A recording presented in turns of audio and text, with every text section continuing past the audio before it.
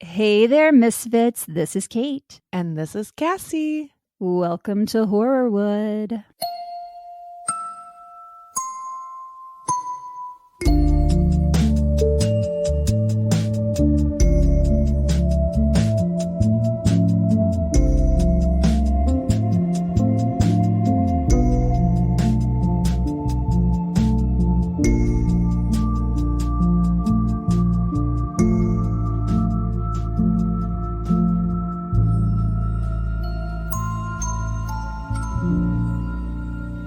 Kassi is back. She's here for round 2. I gotta know what happens. Thanks for coming back. Thanks for having me again. Not that you had much choice. So yeah, we're just going to get right into this. At the end of part 1, we left off where Dominique had been taken off life support and her organs were donated based on her family's wishes. John Thomas Sweeney, who had originally been arrested for attempted murder, was now arrested for first-degree murder. I got a lot of the information for this episode from an article written by Dominique's father, Dunne. He wrote a piece in Vanity Fair titled Justice, a Father's Account of the Trial of His Daughter's Killer.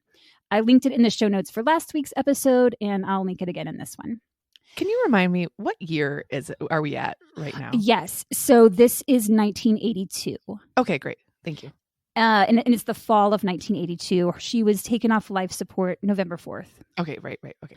In the article, he brings up how if Dominique's cause of death had been different, such as a car accident, though it would have been just as heavy of a loss, it would have ended there. The family could mourn and try to find a new normal. But that when the cause of death is murder, the family of the victim has to postpone their mourning because it's just nonstop right up until the day of the sentencing. And that's, of course, when the suspect is known, which in this case he was. From the day Dominique passed, this family could not get any kind of peace or justice. It just seemed like some obstacle was always being thrown at them. It started with planning Dominique's funeral. On November 4th, 1982, Dominique went to the Monsignor of the church that he'd once belonged to so he could discuss funeral arrangements. He wanted her funeral to be at this particular church. It's where they had been members. And the Monsignor had, I hope I'm saying that correctly, the Monsignor? Yeah, that sounds right. Monsignor, yeah, that's... For some reason, I'm second guessing myself on everything today. All right. The Monsignor had read about the murder in the newspaper and was hesitant about having the funeral of a murder victim at the church. Whoa. Which is like, what? Because she was murdered, you think that's going to tarnish the church's reputation? Seems a little hypocritical, if you ask me. Yeah, that makes no sense to me. They're like, a dead person is a dead person? Like, right? Like... especially because they had once belonged to that church. So that's what's so strange. Wow. Weird. Okay. So Dominique tried to convince him by saying, hey, we used to be members here. You actually christened Dominique here when she was a baby. You came to our house afterwards for the reception. Like, hello, help us out. But the Monsignor had no recollection of this. Now, granted, he was an older man, so perhaps his memory wasn't as sharp as it once was. But still, that has to be a blow to Dominique to hear that this man who once played a big part in his family didn't even remember them. So then Dominique mentions the name of a producer friend who was Dominique's godfather and would be giving the eulogy. But the Monsignor was like, yeah, I don't know who that is. So Dominique mentions Maria Cooper, Dominique's godmother. She was the daughter of Rocky and Gary Cooper. Gary Cooper was a big-time actor back in the day. At that point, the Monsignor perks up and says, oh, I gave Gary Cooper the last rites when he died and performed his funeral mass. Oh, his daughter was Dominique's godmother? In that case, I'll totally let you use the church for the funeral. Oh, so is this like a celebrity, like you had to know somebody kind of church to like get in? Or is that just kind of weird? It was nicknamed the Church of, I think it was the nickname the Church of the Cadillacs. Oh, okay. Because it was like very affluent clientele. Yeah, her dad basically had to name drop just to get a church to agree to hold the funeral there. Whoa, that is bizarre. Yeah, so strange. And also like you're grieving. She had been taken off life support that day. And this guy is like, I don't know. I don't know who that producer is. Keep trying. It's just like gross. Yeah. So they come to an agreement and they schedule the funeral for Saturday, November 6th at 11 a.m. However, the Monsignor had clearly forgotten that he had already scheduled a wedding for 11 a.m. that Saturday. I think it was probably past time for that Monsignor to retire. Just saying. The groom of the wedding saw the funeral announcement in the paper and called the church and was like, hey, what's up with Dominique's funeral being at the same time? The church calls Dominic. He and his sons go down there to straighten it out, but the Monsignor wouldn't even come out to talk to them. So finally, a priest came out and informed them that the wedding party refused to move their ceremony up an hour, so the Dunnes agreed to have the funeral an hour later. And they'd have ushers there earlier to say, hey, come back in an hour. Whoa, what a day at the church. Yeah, I mean, that's already, it's a lot. Also, just like imagining accidentally showing up for one thing when you were assuming the other, either way around. Like I guess either way around, people, yeah. But Either, no matter who you're a guest of, yeah, you're going to have a difficult time there. Exactly. Dominic says to the priest, this is not the Monsignor, this is this priest who has come out to talk to them. He says, I cannot comprehend how such an error could have been made. And the priest says, it's worse than you realize. And Dominic asks, what do you mean? And the priest says, the groom is a friend of the man who murdered your daughter. Oh my God. Yeah. So that groom saw that announcement in the paper, knows his friend is the one that killed her because he'd already been arrested. It was all over the news. And he's like, nah, we're not going to move our wedding up an hour. The family of my friend's murder victim can figure something else out. Wow, that's wild. I wonder if he was invited to the wedding and obviously couldn't go. And then couldn't go. I thought about the same thing. That would be a weird bit of trivia. Yeah. Wow. I mean, he probably was, honestly. Yeah, right? Like, if that's his friend. Huh, yeah. Funny. Another blow to the family was that in all the news reports, Dominique was referred to as the niece of John Gregory Dunne and Joan Didion, which, yes, she was their niece. Mm-hmm. But there was no mention of Lenny and Dominic, her parents, as though she was an orphan. No mention of her siblings, nothing. So as Dominic put it, it's as if we had not only lost her, but been denied parentage as well. Yeah. And also, like, I feel like particularly, like, you know, I feel like you hear so many Hollywood stories, I mean, tragedy or not, like, where people, like, their parents aren't involved for whatever reason. And she actually had, like, very supportive. Exactly. You know, they weren't together, but, like, a pretty, like, solid family. Like, that would be extra hurtful. Yeah, they were very close. Because they were good. Yeah. The night before Dominique's funeral, her family watched on the news as John Thomas Sweeney was arraigned. He was assigned public defender Michael Adelson for his case.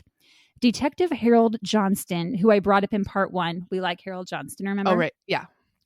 Told Dominique's family that Adelson was highly acclaimed and very tough. And Adelson's assistant was Joseph Shapiro, a member of a highly prestigious law firm and who just so happened to be the legal counsel for Ma Maison. Oh. Is that the same Shapiro family as Robert Shapiro, the O.J. Simpson lawyer? You know what? Pause. Okay. I'm looking it up right now. Okay. Looked it up. Could not find those two names linked together anywhere. But it is interesting, and I'm going to keep digging after this episode. Okay. Or if someone out there wants to look it up, then let us know, because now I'm very interested. So Joseph Shapiro, like I said, was the legal counsel for Ma Maison. Patrick Terrell, the owner of Ma Maison, said to the Los Angeles Times just a day or two after the attack that John Thomas Sweeney was, quote, a very dependable young man, and he would obtain the best representation for him. He made no comment about Dominique, even though he knew her family. Never once through any of it did he call them to express his condolences. Shitty person. I bring it up because, as I mentioned in part 1, just a few months prior, John had nothing nice to say about Patrick when he told Dominic that he planned to open his own restaurant. Oh, yeah, that's right. Yeah, but here Patrick is standing by his side, which is another reason that I think John was lying about his restaurant, just to try to impress Dominic. I don't think he ever had one. Oh, yeah, that makes sense. Fred Leopold, who was a friend of the Dunne family, called them the night before the funeral to express his condolences and also to share a small nugget of information. He'd learned from a secretary at his law office that John had severely beaten another woman about a year earlier. Which, when you think about the timeline, because John met Dominique the previous fall at a Sagittarian birthday party, remember? Oh, that's right. Yes. This other incident would have happened right before he began dating her. Oh, so he was on the prowl for his next person. Yeah, it was just like one right after the other. Yeah. You just think had he faced the proper consequences in that scenario, maybe this wouldn't have happened. But, I mean, who knows? So the Dunnes passed this information on to Detective Johnston. On the day of Dominique's funeral, it was extremely hot. Her parents and brothers all arrived together, and when they opened the car door to get out, a hot gust of wind blew a bunch of wedding confetti into the vehicle. Oh, God. Something about that, when I read that, I was like, what a slap in the face. Yeah. Also, knowing the wedding was for the friend of your daughter's killer, like, I think I would have lost it right there. Yeah, that's a lot. TV camera crews and photographers swarmed the family. The Dunnes went around the back because there was a wheelchair ramp back there, because remember, Lenny is confined to a wheelchair. And the fucking photographers walked backwards in front of them to film them. It's like, can you give them a break while they try to get into the church? Yeah. To mourn their murdered daughter? Hundreds of people showed up, to which one of Dominique's former agents turns to her friend and says, "What did they do? Call Central Casting?" Yeah. As though Dominique's family had hired people to give their condolences. Like, who says that? And also, what? That doesn't make any sense. Like, what is wrong with people? Well, and like, also people liked her, right? Like, oh yeah. I mean, like, she was loved by many. Not that means anything, but like, shut up. I don't know. Also, exactly. So her friend, so this is a friend of Dominique's that heard her say this, turns to her and says, "No, these are all people that knew and loved her." Yeah. Bitch. Yeah. She didn't say bitch, but sure. After the funeral, Dominic returned to his home in New York, and his first day back, in the middle of the day, it was noon, he was exiting the subway in Times Square, going up the steps to the street, when he was mugged at knife point. Oh my God. He said, quote, "From out of my mouth came a sound of rage that I did not know I was capable of making. It was more animal than human. Whoever that nameless, faceless man was, to me, he was John Sweeney." Whoa. Oh yeah, that's wild. That mugger didn't know what they were. Oh no. What they signed up for. People came running and said that they could hear him screaming from like blocks away. Whoa. So this family just really went through it. Dominic made several trips back to LA for preliminary hearings, which was a crazy roller coaster of a process.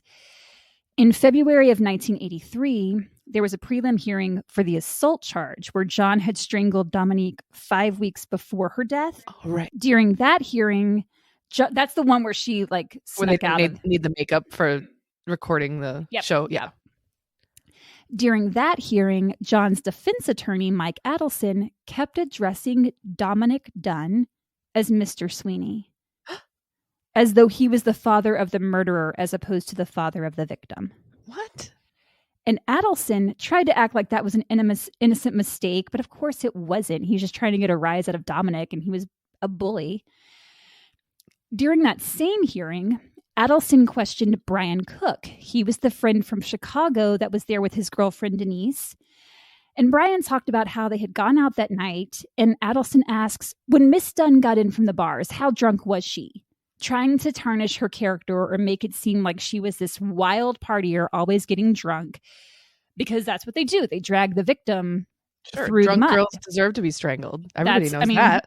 Right? This Adelson was like, I mean, it's obvious. If the shoe fits. Oh, I hate these guys. Okay. Yeah.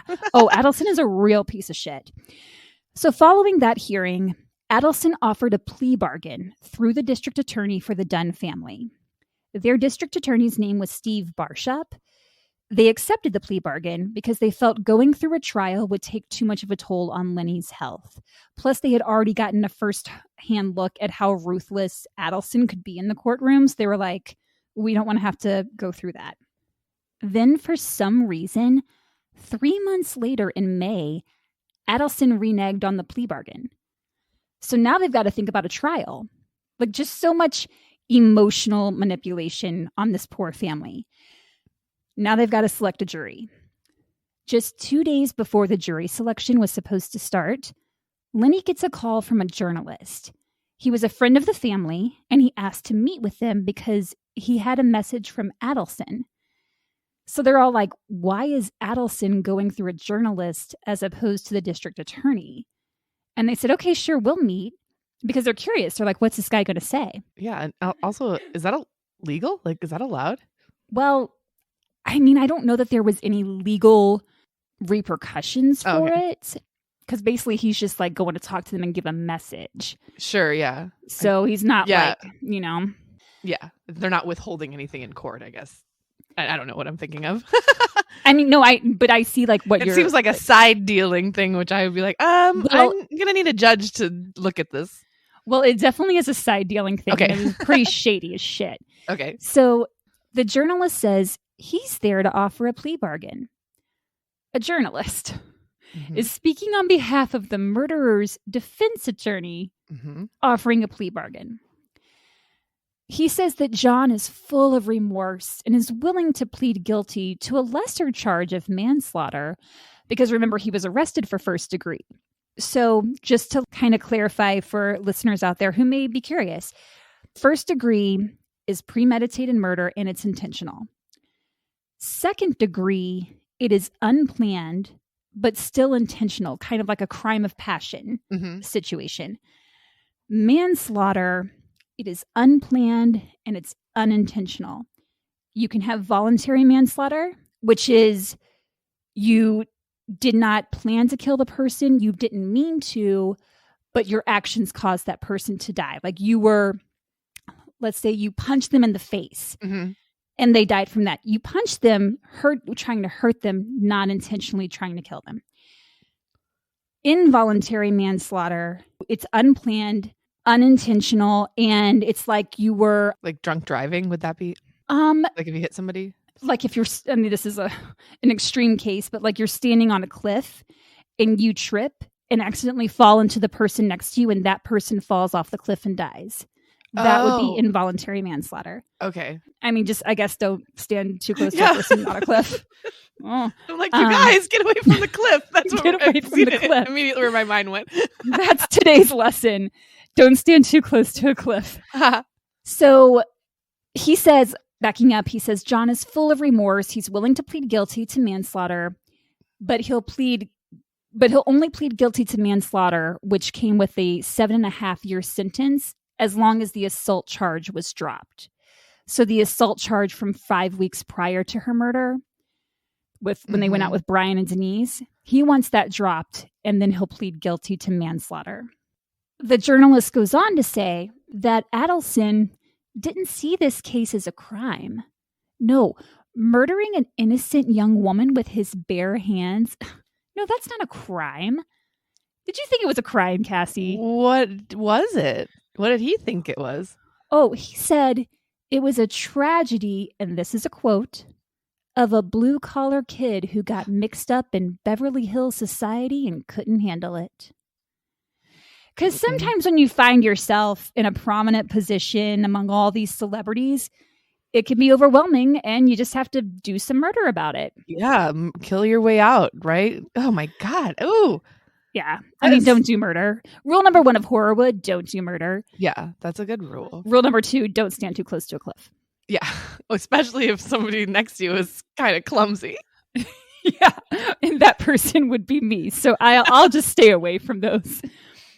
The journalist went on to say that if this went to trial, neighbors would be called to the stand that would testify that Dominique was a participant in the crime. This is what drives me fucking crazy. A murder victim is not a participant in their own murder. That's not a thing. No. But they're basically saying, if you don't accept this plea bargain, Adelson is going to drag your daughter through the mud. So they're just intimidating, right? Like that's oh yeah, they're bullies. Because like I'm like, yeah, let's call the neighbors. Go ahead, bring everybody you know. Oh, the neighbors were ready to say that Dominique and John fought constantly, that this wasn't anything new, that she knew exactly what was happening. The fact that this is even like where a lawyer's mind goes, it's just all fucked up. There had also apparently been 2 prisoners that had come forward. One stated that John told him he, quote, had the police believing he hadn't intended to kill Dominique. The other prisoner said that John told him, quote, Dominique was a snob, too ambitious, who deserved what she got. The journalist said if those 2 prisoners were put on the stand, Adelson would, quote, cut them off at the knees. A prisoner's testimony, I mean, yeah, you can't like put everything on it. And they did not eventually take the stand, but it just, the tactics that these guys are using, it's scare tactics. And so the Dunne family is already vulnerable. They've already accepted a plea bargain, then it was taken back. Now they're being offered another one and they're being bullied. But they were pretty skeptical of the whole thing. Mainly because Adelson had not done this through their district attorney, Steve Barshop, but through a journalist. Right. So thankfully, they did not accept the plea bargain. Good. And afterwards, they went to Barshop and told him what happened. And of course, he was pissed. I think Adelson knew evidence was piling up against his client, and this was his way of trying to end it. But the state wanted to proceed with the trial, and Burton Katz was the judge presiding over the case. Let me tell you a little bit about Judge Katz. Judge Katz showed up on the first day of court wearing designer jeans, glossy white loafers, tinted aviator glasses, and no tie underneath his robes. He was very tan, very well groomed. Dominic describes him as looking more like a Hollywood agent than a Superior Court judge. And Judge Katz loved playing to an audience. It was borderline flirtatious. He liked to joke. He'd show up an hour late to court. The judge would show up an hour late to court and give these very elaborate but charming explanations as to why he was late. He once told them that he'd had the best weekend in Ensenada. He had his top down on his car. Oh, he wished they could have all been with him. The 3 female jurors would laugh, and they just thought he was so funny. The 9 male jurors would smile like, oh, this guy's awesome. It's like, what is happening? This is a murder trial. Oh, I know, but I'm so into this judge, though. I like his vibe so much. Oh, God. I hope that he doesn't suck when it comes to the law, but oh, man. Oh, you're going to be sorely disappointed. Okay. Oh, no. Katz did not show the Dunne family the same charm. Throughout the entire 7 weeks of the trial, he mispronounced Dominique's name. He would call her Dominic instead of Dominique. People would just get up and leave the courtroom whenever they wanted. They'd come back in whenever they wanted. They could just mill about. The microphone on the witness stand kept falling off, and it rarely worked properly. It was never fixed. The courtroom was a mess, and the judge did not seem concerned about, or capable really, of keeping it in order. Adelson brought his wife and young sons to court, made a big show of pretending to be strict with them. He would be like, okay, boys, now you got to be quiet. And, the jury would laugh. They thought it was so cute. The judge brought his parents to the courtroom. What? His fucking parents. Like, what is this? And he would try to show off for them. It was bizarre. It was really bizarre. I gotta know more about this guy. You're going to learn more. You're not going to like him at the end of this. I know. I'll just tell you but that. now I'm like, what other cases did he preside over that could, I don't know. I'm just interested now. He liked the celebrity cases. Yeah, that's what makes me think like maybe there's other interesting things that he did. Not good, interesting. Yeah. One day, a photographer from People magazine came to take some photos, and at lunch, the judge signaled him to come talk to him in his chambers. So the photographer's like, all right, whatever. He doesn't want me taking photos. Fine. But that wasn't why he wanted to talk to him. Judge Katz told him, hey, I really want my eyes to show up good in the pictures. Which pair of glasses do you think look the best? And then he proceeded to try on a bunch of glasses. What? For a People magazine photographer? For People magazine. For a murder trial. Whoa. As for John Thomas Sweeney, well, he was a changed man, Kassi. Well, of course. He had found God. He came into court every day clutching a Bible, as they do. He dressed in all black, and he cried on the reg. One day, he came in saying that the other prisoners had been harassing him, and he needed time to cry in private. So the court was recessed. No. So that this fucking murderer could go cry in private because his buddies were being mean to him. Steve Barshop told the family, quote, something weird is going to happen in this trial. I can feel it. So remember how Dominique had heard that John had beaten another woman about a year prior to Dominique's murder? Yes. And the Dunnes had told Detective Harold Johnston about it. Well, he was able to track her down. Her name was Lillian Pierce. At Adelson's request, her testimony was given in the absence of the jury to determine whether or not it was admissible. Her story is harrowing. Lillian Pierce had dated John for 2 years, and during their relationship, he had beaten her on not 1, not 2, not 3, but 10 separate occasions. She had been hospitalized twice. He had broken her nose, punctured her eardrum, collapsed her lung, and thrown rocks at her when she tried to escape him. She said he would smash furniture and pictures, which if you remember in part 1, he did the same thing with Dominique. He would smash furniture and throw dishes. Oh, right. Her testimony had a huge impact on the courtroom. Everyone was silent. John would not look at her. This, of course, pissed off Adelson. So he gets up and asks her, were you not drunk? Were you not on drugs? Like just trying to make her look like the guilty one because he's a fuckwad. Then Steve Barshop gets up to cross-examine her, and he asks, do you come from a well-to-do family? Adelson objects, and Barshop tells the judge, I'm trying to establish a pattern. At that moment, John throws his Bible, jumps up from his seat, charges toward the back door of the courtroom, which leads to the holding cell area. The court clerk screams, Lillian Pierce screams, someone yells, get help. The judge and the court clerk activate silent alarms. The bailiff lunges toward John, grabs him around the chest from behind. 4 armed guards rush into the courtroom, almost knocking over Lenny's wheelchair. The bailiff and John crash into a filing cabinet. He's wrestled to the ground, and Adelson screams out, don't hurt him. Whoa. They then had to handcuff John to the arms of his chair. Holy moly. Well, God really left him. Sure did. God just ran away in that moment. Oh my God. That's wild. That poor woman was probably terrified too. Oh, I'm sure. It's like, everyone living that trauma. Yeah. Jesus. Then came the waterworks.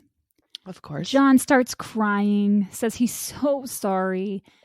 And Judge Katz said, we know what a strain you're under, Mr. Sweeney. Fuck this guy. Judge Katz ruled Lillian's testimony inadmissible. So not only was the jury unaware of John's previous abuse towards women, they were also absent when he had this violent outburst. Mike Tipping, a reporter from the Santa Monica Evening Outlook, was present that day in the courtroom and wrote about it in his paper. And at Adelson's request, a court gag order was issued that same day, preventing anyone involved in the case from talking to the press. From that day forward, Dominique Dunne was convinced that John was being sedated so that he didn't have another outburst like that. Whoa. And John said under oath, though again, this was in the absence of the jury, that he was not sedated, that he only had some mild medicine for an upset stomach. The district attorney, Barship, requested a blood or urine test to substantiate that claim. Judge Katz denied the request. Wow, I forgot. And all this happened while the jury was not there. So Exactly. That's wildly convenient. Yeah. And the reason Judge Katz said that Lillian Pierce's testimony was inadmissible is because he said it didn't hold enough value. Oh, value. Wow. Adelson requested that Lenny, Dominique's own mother, not be allowed to testify in front of the jury because her being in a wheelchair would make them sympathetic toward her. Oh my God. The judge was like, you know what, Adelson? You're right. So he had Lenny give her testimony in the absence of the jury to determine its admissibility. That has to break some sort of disability laws. No? I could not find anything about that. I mean, again, this is the 80s, so since then, yeah. it's possible that's changed. Oh my God. That's crazy. Yeah, it's real fucked up. The entire time she spoke, the judge barely looked at her and was just like writing stuff the whole time, just not even paying attention. Lenny spoke about the time Dominique had come over after the first time John had beaten her, where he banged her head into the floor and pulled out chunks of her hair. And Adelson asked, well, do you know what the argument was about? And Lenny said no. And Adelson asked, well, did you know she had an abortion? And Lenny said, no. No one knew that Dominique had had an abortion because she didn't. This was just something Adelson made up in the moment to once again make Dominique look less credible, or as though she had somehow caused John to act the way he did. And of course, a mom hearing that her daughter had been pregnant and had had an abortion and never told her, because, you know, she's just assuming that this guy is telling her the truth. Sure, yeah. It was a slap in the face. But of course, it wasn't true. The judge ruled Lenny's testimony about the beating as hearsay and inadmissible. Adelson requested that all the statements made by Dominique's agent, her co-stars, her friends about how scared she was of John during the last 5 weeks of her life should also be considered hearsay and inadmissible as evidence. The judge agreed. Also, at Adelson's request, the judge said, this is a quote, "If any member of the Dunne family cries out, rolls his eyes, exclaims in any way, he will be asked to leave the courtroom." Whoa, this is... I can't believe this. Like, I demand a mistrial. I don't know. It's so fucked up. Imagine being told at the murder trial of your loved one that if you cry, you'll be kicked out of the courtroom. Yeah, that I can't. So you're probably starting to notice a pattern. Yes. Any request Adelson made, Judge Katz granted.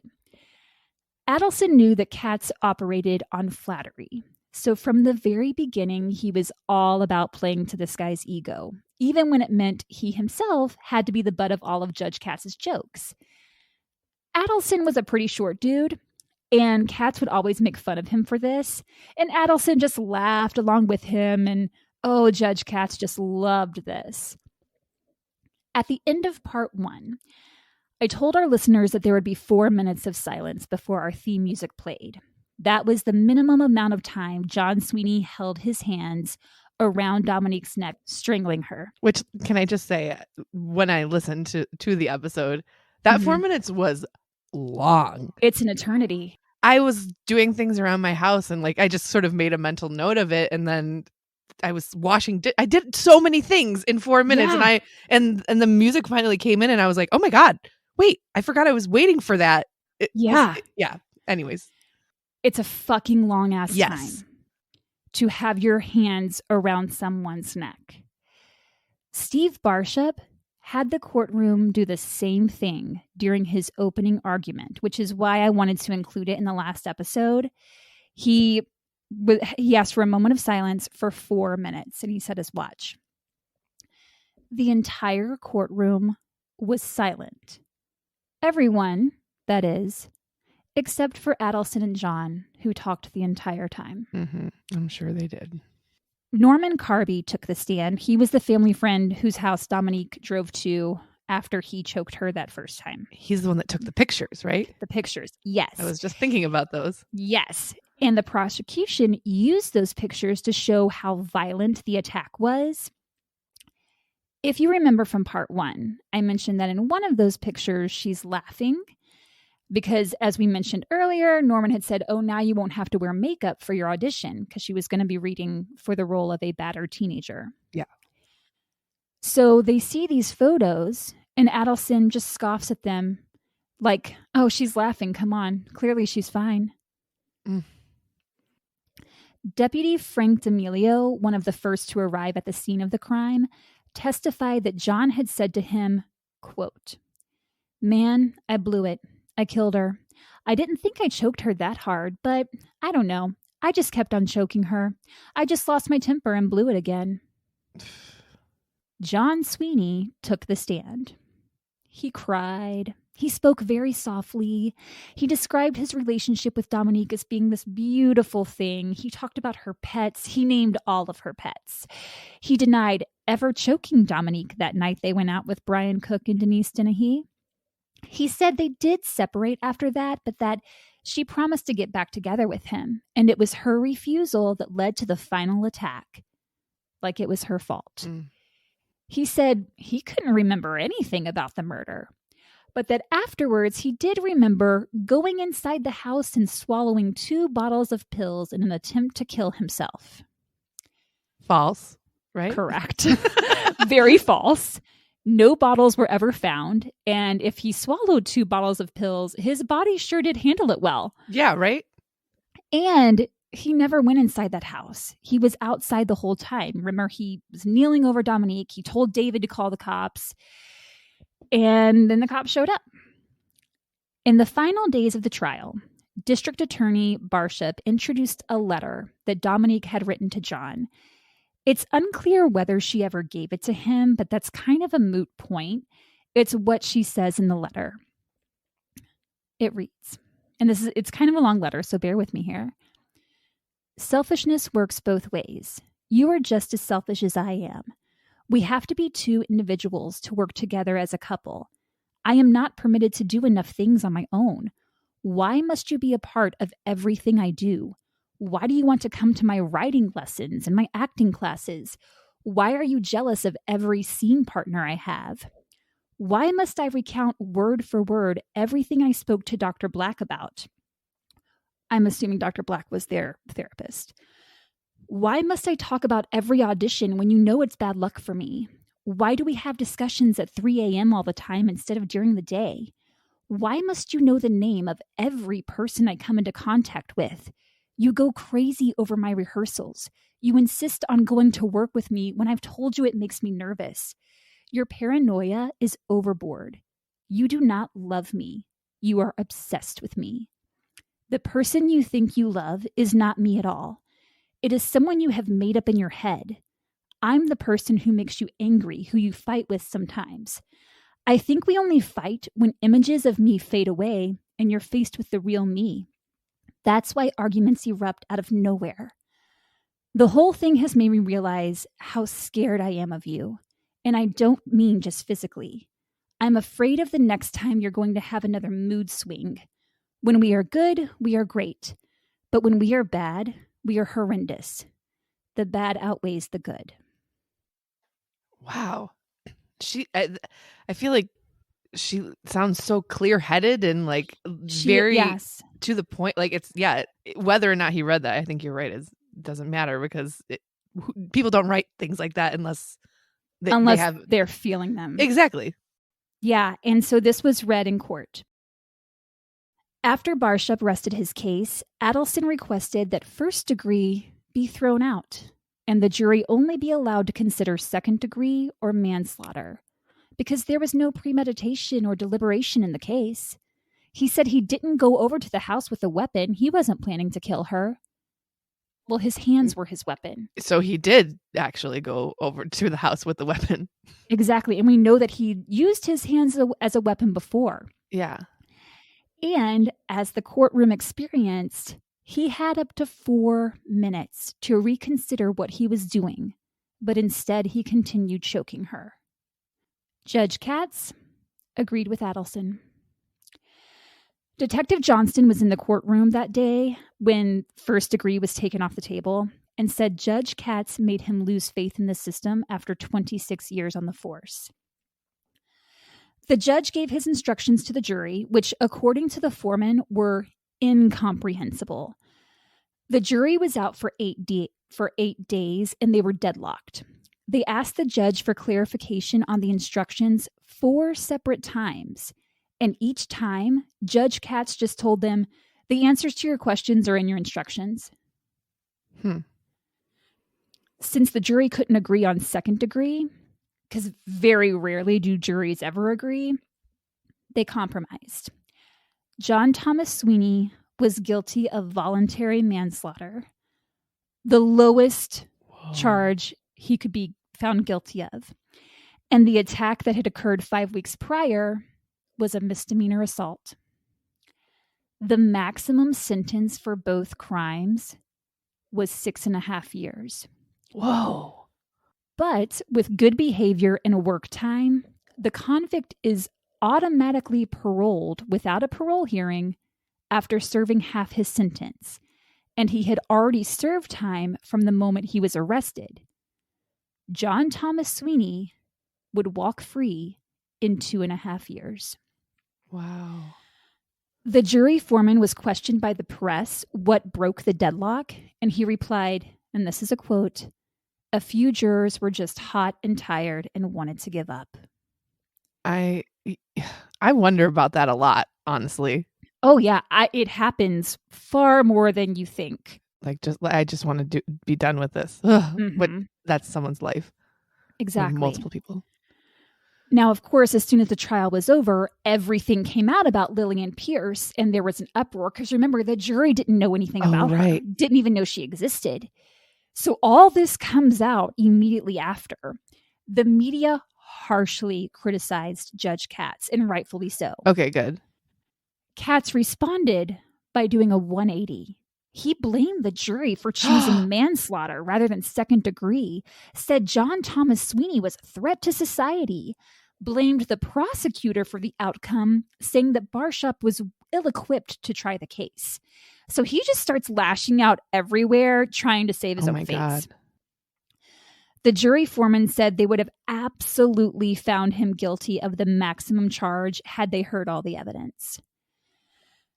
Ma Maison remained open just 3 more years after the murder. It closed on November 1st, 1985, after which Patrick Terrell came out and said, quote, "The last time I ever saw or talked to Sweeney was when he completed his shift on the evening of the attack." I doubt that's true. Remember, he said he would make sure he got the best defense lawyer in town. Oh, right, yeah. And that lawyer, Joseph Shapiro, was also the lawyer for Ma Maison. Yeah. He went on to say, "Yet some would have you believe that I played a much more prominent role in Sweeney's defense. Some people have angrily accused me of supporting John Sweeney by providing his bail and legal services, but none of it is true.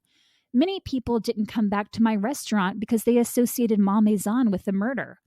I never showed it because I had a business to run, but it really affected both me and Ma Maison."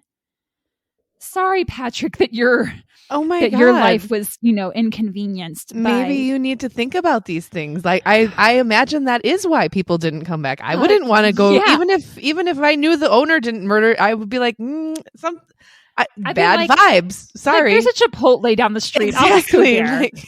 Chipotle, It's do you want to fine. sponsor us?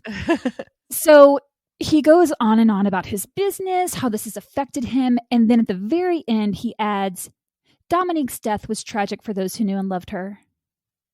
That's it. Period. Okay. Thanks, sir. Yeah. Once John was released from prison in September of 1986, it took him only 3 months to get hired as a chef at another prominent restaurant in LA. Once the Dunne family learned where he was working, they handed out flyers to people heading into the restaurant that read, "The food you will eat tonight was cooked by the hands that killed Dominique Dunne." Wow. He eventually left that job Okay. because of the protests. Years later, Dominique Dunne was contacted by a guy in Florida who had read an article about Dominique's death, and he told Dominique, "My daughter is engaged to a chef named John Sweeney. Could this be the same man?" And it turned out it was. Oh my God. So Griffin Dunne actually contacted the woman, was like, you might want to rethink that whole marriage thing. So then John moved to the Bay Area in California. And I mentioned in part 1 that everyone called him Sweeney. Even Dominique called him Sweeney. That's how he was known. No one called him John. But I said I wasn't going to call him that, and I would talk about why in part 2. The reason is because John Thomas Sweeney changed his name. He no longer goes by Sweeney. He goes by the name John Patrick Mara. He's still out there. He is a free man. He is not hard to find. Don't be stupid, people. Whoa. Lenny Dunne launched her own victims' rights group in 1984, which is now known as the Justice for Homicide Victims. I'll link it in the show notes. They have a place where you can donate. The donations go towards helping families of homicide victims. Dominique Dunne spent years tracking John, even hiring a private investigator, until finally he said he was done. He just couldn't let the man take any more life away from him. And that is the case. Wow. That's so wild. I'm so glad I didn't look up anything between I know now and, because I was sure that he was just in jail. one would think when you Wow, murder and he's someone, still you would think alive. that he's still alive. And there's an interview about that her parents gave, that Lenny and Dominic gave, just talking about how they each died as well. Mm-hmm. A piece of them died. So not just one person lost their life, but like everyone they knew, everyone that loved them, their friends, their family, everyone, they lost a piece of themselves too, because of this man who was able to just walk out a couple years later, get a job, do what he loved, be a chef, and thrive. Well, yeah. And like, I feel like, if you have to go through the horrific situation of someone in your family being murdered, and like they're often, like it's either you don't know who did it, and so like that the unknown is tricky, or you do know and you feel safe knowing that they're behind bars or whatever. They got like none of those situations. None of it that. It was like we know exactly what happened, which I guess if you can keep an eye on them is like the only sort of solace that you could feel like at least I can track this person. But whew, that's really hard. Yeah. And that's the thing, like, he's not hard to find. And just knowing that, like, he's there. And then I think about, well, does that place of employment, I mean, surely that place of employment knows his history. Yeah. Well, because he has a record too. So yeah. And it's just, and the I wonder restaurant, how good of a chef he is. Like, this is like in my sick mind. I'm like, is he a really good cook? I mean, I don't who knows? I'd never want to find out. No, not at all. It's just like, I did think about it. I was like, I wonder if he's any good. I mean, he must have been. He must have been. He studied under Wolfgang Puck. He was at one of the top restaurants. Yeah, it's so gross. And just, did I even put this in about I don't think I did. Did I mention about the woman in France? No. Fuck, I don't know how I missed that. So Detective Johnston, had also gotten a tip that there was a woman in France. Remember, he studied in France for a year. Sure, yeah. To prepare to become head chef at Ma Maison. who had reported at least one act of violence against her by him. Okay. But because she was in France, they were unable to track her down. So that's 3 women that we know of that he committed an act of violence or multiple against. Yeah. Walked free after a couple years. Shithead. And fucking Adelson. Oh, gross. And Katz. Ugh. I will say Judge Katz, not a judge anymore. Oh, okay. Yeah. No, I mean, that's too much. He didn't last much longer after that.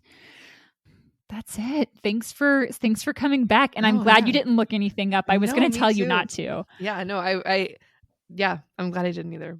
Well, poor Dominique. That's awful. It's fucking crazy. But now, like, when I don't know, it like gives a new feeling, like when you watch Poltergeist. I know. I think I might watch it tonight. Actually, I was thinking about it. It's like, man, like she was on her way, and she was fucking great, and everyone loved her, and she was such a natural talent, and fuckheads took it away from her. Ugh. Let us know what you think. Leave it in the comments, or you can rate, review, and subscribe to us, or check out our social media. We are on Instagram, Facebook, and YouTube at Horrorwood Podcast. Perfect. Or you can shoot us an email. You can send us story suggestions, case suggestions, whatever you got. You can email us at horrorwoodpodcast@gmail.com. And if you're feeling a lot of the love and you really want to throw a little extra support our way, join our Patreon. You can do that at patreon.com/horrorwoodpodcast. And remember to not stand too close to the edge of a cliff, especially if the person next to you is a klutz, and don't do murder. Please. Bye.